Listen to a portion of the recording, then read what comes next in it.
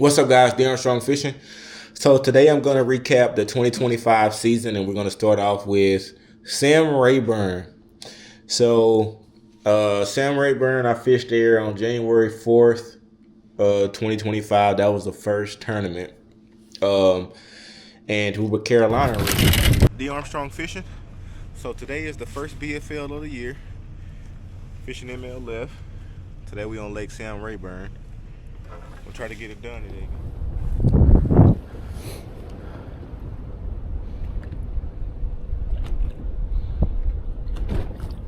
I finished 44th in that tournament, I believe.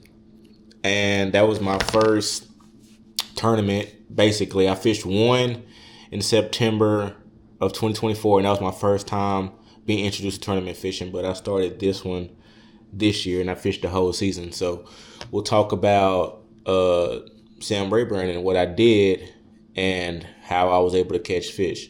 So what we were doing was Carolina rigging. My boater, he found a school of fish when he practiced, and we went out there and we caught him Carolina rigging.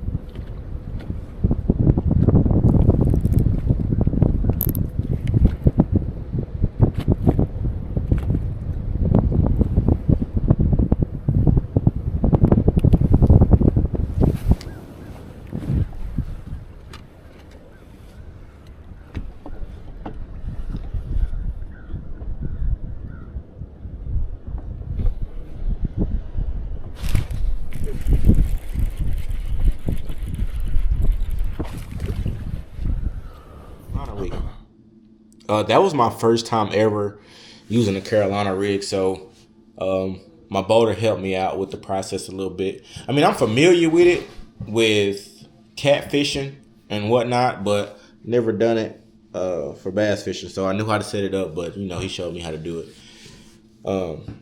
So I caught several fish, man. I think I caught like 12 or 13. A lot of small ones, though.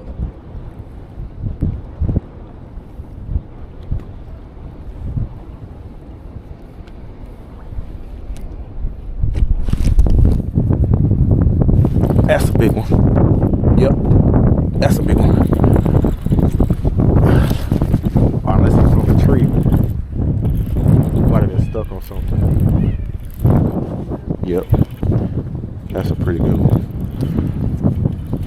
Yep, that's a good one. There's a lot of small bass in that school. So live scope is a good deal. And honestly, I'm glad they changed the tournament format to where live scope can only be used 3 hours a day in the BFLs and in Toyota, because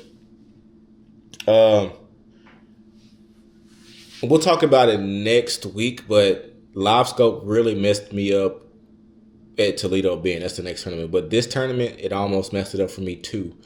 So if you got live scope here, it sees from here to the front. What happened was all the fish, my boater was positioned to where all the fish were in this area right here, and I'm fishing in the back of the boat. The first 2 hours, I kid y'all not, I'm casting in the back. So I got more room in the back than he does in the front in reference to where the fish are. I cast it from, so this is his view in the front, and this is my view in the back. It was way wider. It's almost like a half moon circle, a half moon. I'm fishing that in the background, in the back.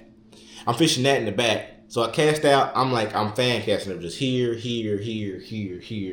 and I'm using a Carolina rig. I started with a crankbait, and I switched over to a Carolina rig, and I'm doing the same thing. I did that for 2 hours, didn't get a bite. All the while, my boat is up front. He caught like 12 already, because it's a school. All the fish are up here. So this is what I did. I took it upon myself to just go out and just cast up to the left. I'm out of his way. I'm not casting in his way. So what I did was I cast to the left, far as left as I can. And luckily for me, that school moved over, so I started catching him. I started catching him to the left of him. And he turned the boat and moved over there. And then what I did was when he turned the boat over, I caught 4 or 5 on the left side, 4 or 5 good ones. And then when he turned the boat over where I was catching them at, I cast back to where he was casting. And I caught 5 or 6 more over there. So I kept doing that. This is my advice to co-anglers, guys. Don't cast up front. That's not what I'm telling y'all to do. But do what works. If you in the back of the boat, man, bass fishing is easy. You don't just go out and not catch fish. You don't just go out and get skunked, right? I've never been skunked bass fishing, only on Toledo Bend, and there's a reason why. But as a co-angler, do what helps you catch fish. Sometimes it's not the bait. Sometimes it's how you're positioned in the boat. Like I said, I was casting in the back. I had more water in the back. I wasn't catching anything, and I tried several different baits. But it's the way that the fish were set up. They were only in the front. But don't cast over your boat or don't cast around. You can always ask him, can you cast up there? But yeah, that's how I got 2025 started. It was at Sam Rayburn. So let me tell you guys a little bit about what I was using. Obviously, we were using a Carolina rig, but I was using a watermelon fluke. I don't have it with me. I don't have any of those. I was using a green pumpkin and a watermelon fluke, and I was just dragging that through the bottom. Now that I got a little bit more experience bass fishing, probably would throw a drop shot. Threw a drop shot, threw another type of worm. I maybe would have threw a shaky head. But when you fish in schools like that, man, you can do a lot of different things. You can throw a spoon. You can throw a crankbait. But the only thing about a crankbait in this spot, it was a lot of wood and trees. A crankbait wouldn't have worked because I lost 2 crankbaits in the back. So the crankbait wouldn't have worked. So maybe like I said, drop shot, a creature bait maybe. On a Texas rig, Carolina rig, obviously. Something with a worm.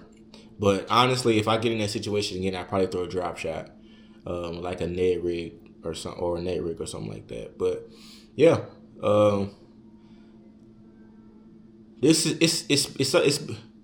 been a big learning experience, guys. My goal is to fish professionally. So I'm fishing these events to get more experience. They say learn from your boater. There are very few guys that I've learned from. And a lot of it is because they're using live scope. I can't learn from a guy who's chasing bass in deep water, 25 plus deep water. I can't learn from a guy like that. Like, if I had live scope, I could do the same thing.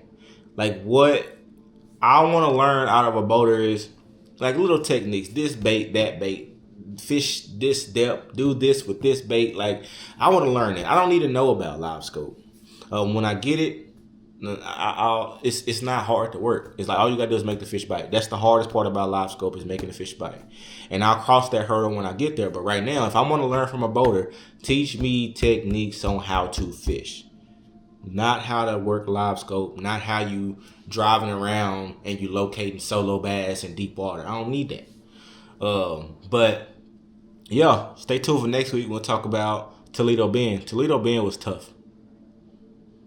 Real tough. But if y'all like the video, stay tuned for next week.